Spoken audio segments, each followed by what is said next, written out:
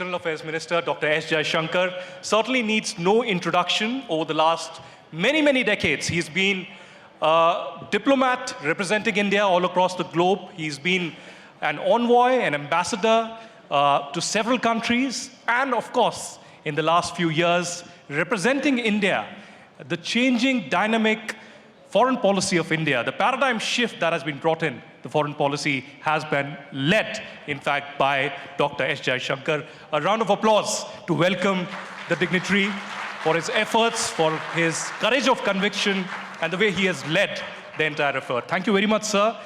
The session theme today is Rise of the Global South. And you've been very vociferously speaking about it, particularly in the last 2 years. We've seen Global South being used repeatedly over the last many decades, 1955 onwards perhaps. But what has changed really? And you know, in my hands is this book that you've just released, Why Bharat Matters. And perhaps you should get this copy very soon. This was a hot topic discussed recently at the Raisina Dialogue as well. Why Bharat Matters? Why is it important? And has India not only positioned itself, but just like Tony Abbott mentioned earlier this morning, that India is leading indeed the Global South? Well, first of all, thank you. It's a great pleasure to be here. And I think the sofa is a bit outsized for me, but it's okay. I'll try and fill the space. Two questions. One, why the Global South? And secondly, why Bharat Matters? Why the Global South? What has been happening in the last few years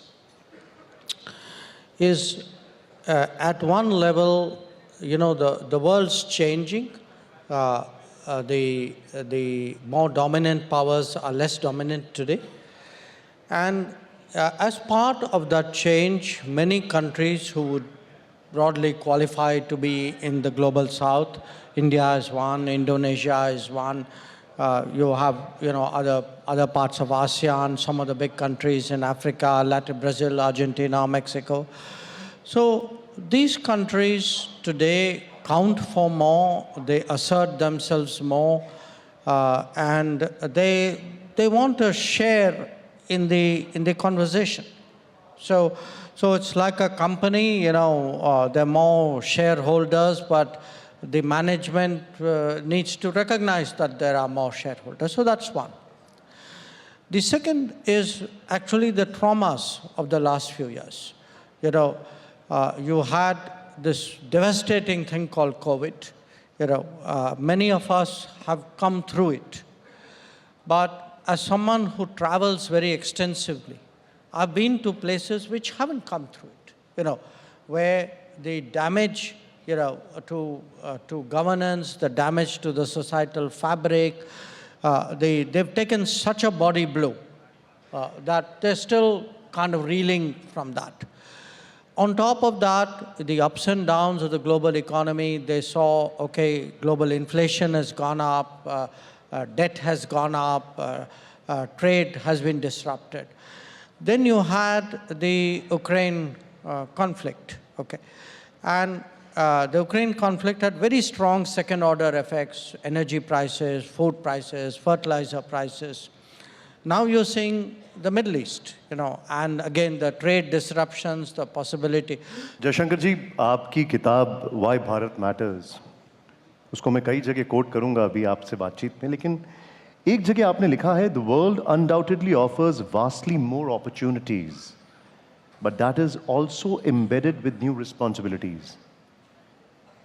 आप एक visionary भी हैं, मैं आपसे ये जानना चाहूंगा कि वो जिम्मेदारियां कौन सी हैं भारत के लिए, जिसके लिए हमें तैयार रहना चाहिए। देखिए, ऐसा है कि अगर आज हम कहते हैं, अब मैं 10 साल की बात कर रहा हूँ, इस दशक में क्या परिवर्तन आया है। 10 साल पहले जब पहली बार नरेंद्र मोदी प्रधानमंत्री बने थे, उस समय अगर आप हमारी इकोनॉमिक रैंकिंग देखें, हम 11 नंबर थे जैसे मुझे याद है। अब आप 11 नंबर इकोनॉमी से 5 नंबर इकोनॉमी बने। उसके अलावा आप आपकी जो छवि जो है वो इस समय उसमें परिवर्तन आया है। आप बड़े मीटिंग में अगर कोई बड़ी आइडिया है तो आपके बहुत सारे आइडियाज़ होते हैं। तो क्या होता है कि दुनिया की एक अपेक्षा होती है। आज जो हमसे जो अपेक्षा है वो पहले की अपेक्षा नहीं थी। तो आपका प्रश्न है कि ठीक है, अपेक्षा तो है, तो आप माने कॉन्क्रीट तरीके से आप इसको कैसे दर्शाएंगे। मैं कहूँगा, मैं आपको दो तीन उदाहरण देता हूँ। पिछले 10 साल में बहुत सारी संकटें आए हैं। यमन में सिविल वॉर हुआ, नेपाल में भूकंप हुआ, श्रीलंका में लैंडस्लाइड्स हुए।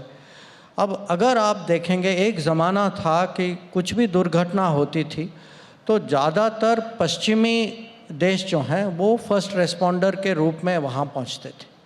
अब दुनिया बदल गई है, वो लोग खुद काम कर रहे हैं। वो सोचते हैं कि भाई, आप जानते हैं कि वहाँ भी वो बदलावट आया है। सब लोग जो हैं एक किस्म से अपने बारे में ज़्यादा सोचने लगे। तो अब ये जिम्मेदारी आप ही बताइए मुझे, अगर हमारे इलाके में ऐसी कोई घटना होती है तो किसको आगे आना चाहिए। अब ये हमसे ये अपेक्षा। और तो ये एक मैं आपको उदाहरण दे रहा हूँ। दूसरा उदाहरण मैं आपको श्रीलंका का देता हूँ। पड़ोस का देश है, बहुत सारी चीज़ें हुई, कैसे हुआ क्या हुआ वो अलग बात है।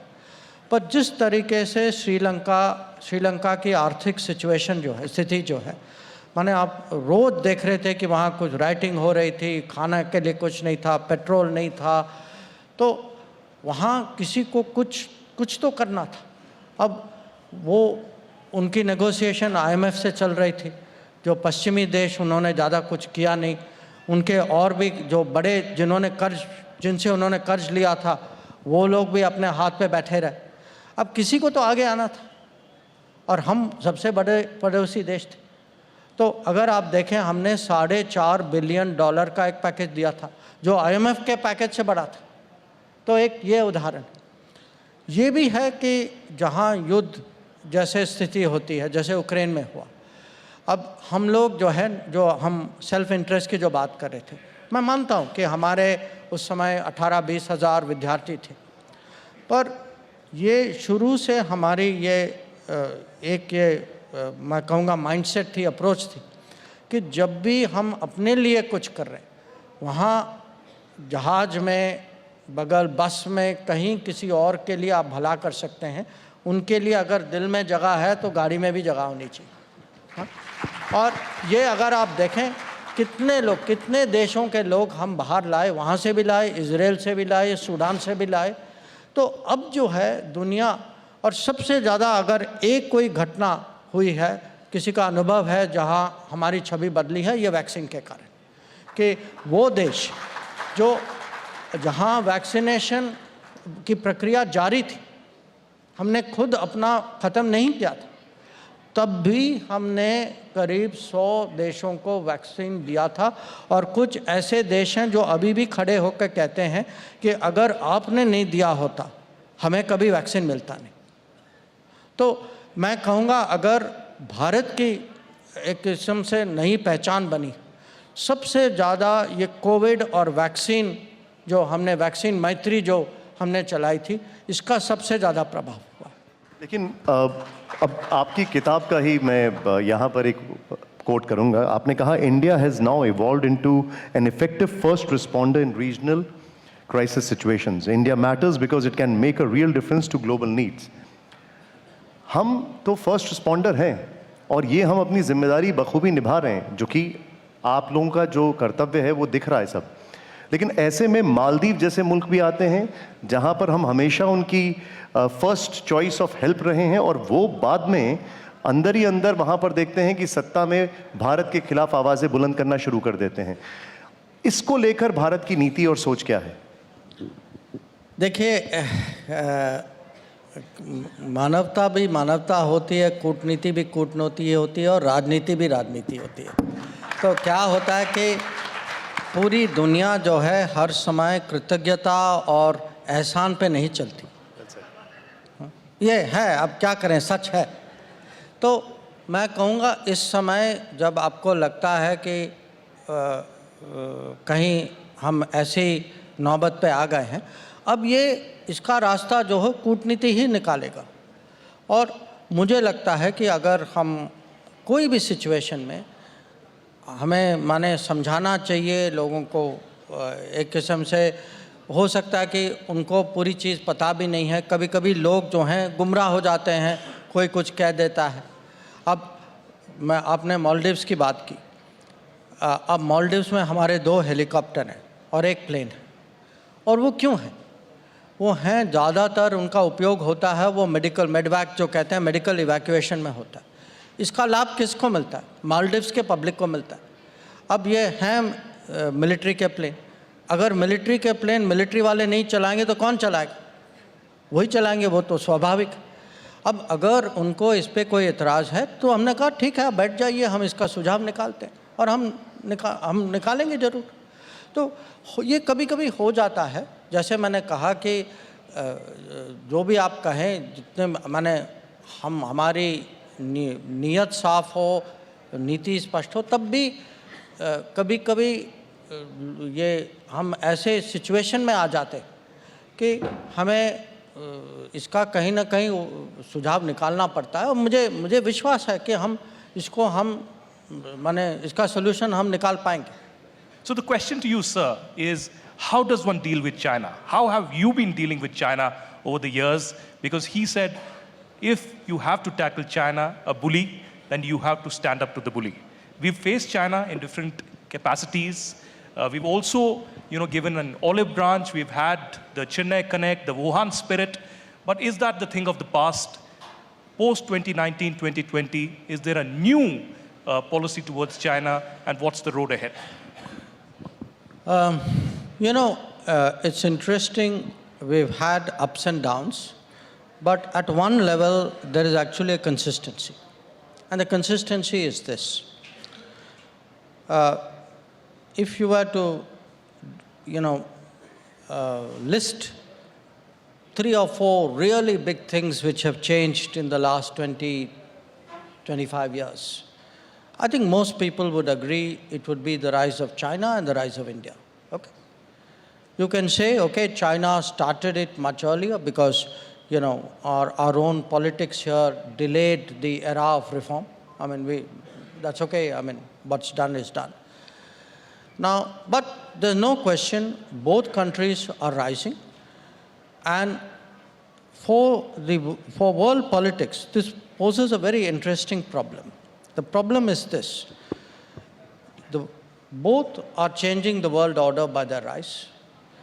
So each one has an impact vis-a-vis the world. But they also happen to be neighbors. So their relationship is also changing while it's changing vis-a-vis the rest of the world. Okay? It makes it, therefore, very complicated to create an equilibrium. How do, so it's like, this is dynamic, that is dynamic. How do they maintain stability while both are moving vis-a-vis the world order? And we tried initially to, because there were understandings in the 1990s, to manage the line of actual control, the border areas, and to build the rest of the relationship. We tried to maintain that equilibrium naturally first through diplomacy. So what you saw at Wuhan and Mamallapuram, etc., was that equilibrium maintenance exercise. I wasn't at Wuhan, I was in Mamallapuram, and there was very frank talking, between the leaders. But what happened in 2020 was China, for whatever reason, chose to move military forces in disregard of agreements. Now, that called for a different response for the equilibrium. So the logical thing for us to do, which is what we did, was we moved up forces in a very big way. So from 2020, you have an equilibrium, one part of which is the military posture on the border, in the border areas. One part of it is today, obviously, a political relationship impacted by this border situation. One part of it is also the economic measures we have taken, because if there is a country today which is trying to put me under pressure, I should rightfully take economic precautions vis-a-vis this country. And in any case, we believe, this government believes that the interests of our working class, the interests of our small enterprises, the interests of our industries must be protected against unfair competition. So there are also measures which tie in against that. So our effort today is, we have to build the deep strengths. We have to create our digital capabilities, our telecom, our manufacturing, our pharma industry, our health self-sufficiency, our defense industry, our ability to deploy on the border, which you can only do if you build the infrastructure. So in the past, till 2014, our average expenditure on the China border was about 3,500 crores. Today it is almost 15,000 crores. So there was a neglect of the border infrastructure. You can't defend your border if you don't build the infrastructure there.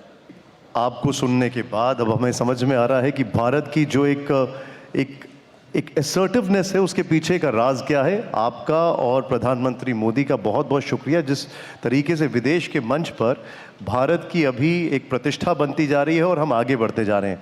और आप सभी लोगों से मैं पुनः बोलूँगा वो किताब ज़रूर पढ़ें, why Bharat matters, because it actually makes a big difference in understanding आगे क्या हो रहा है और अभी क्या है। बहुत बहुत शुक्रिया हमारे साथ जुड़ने के लिए, आपका बहुत आभार। जोरदार तालियों से एक बार फिर। Many thanks to Honorable Jaishankar.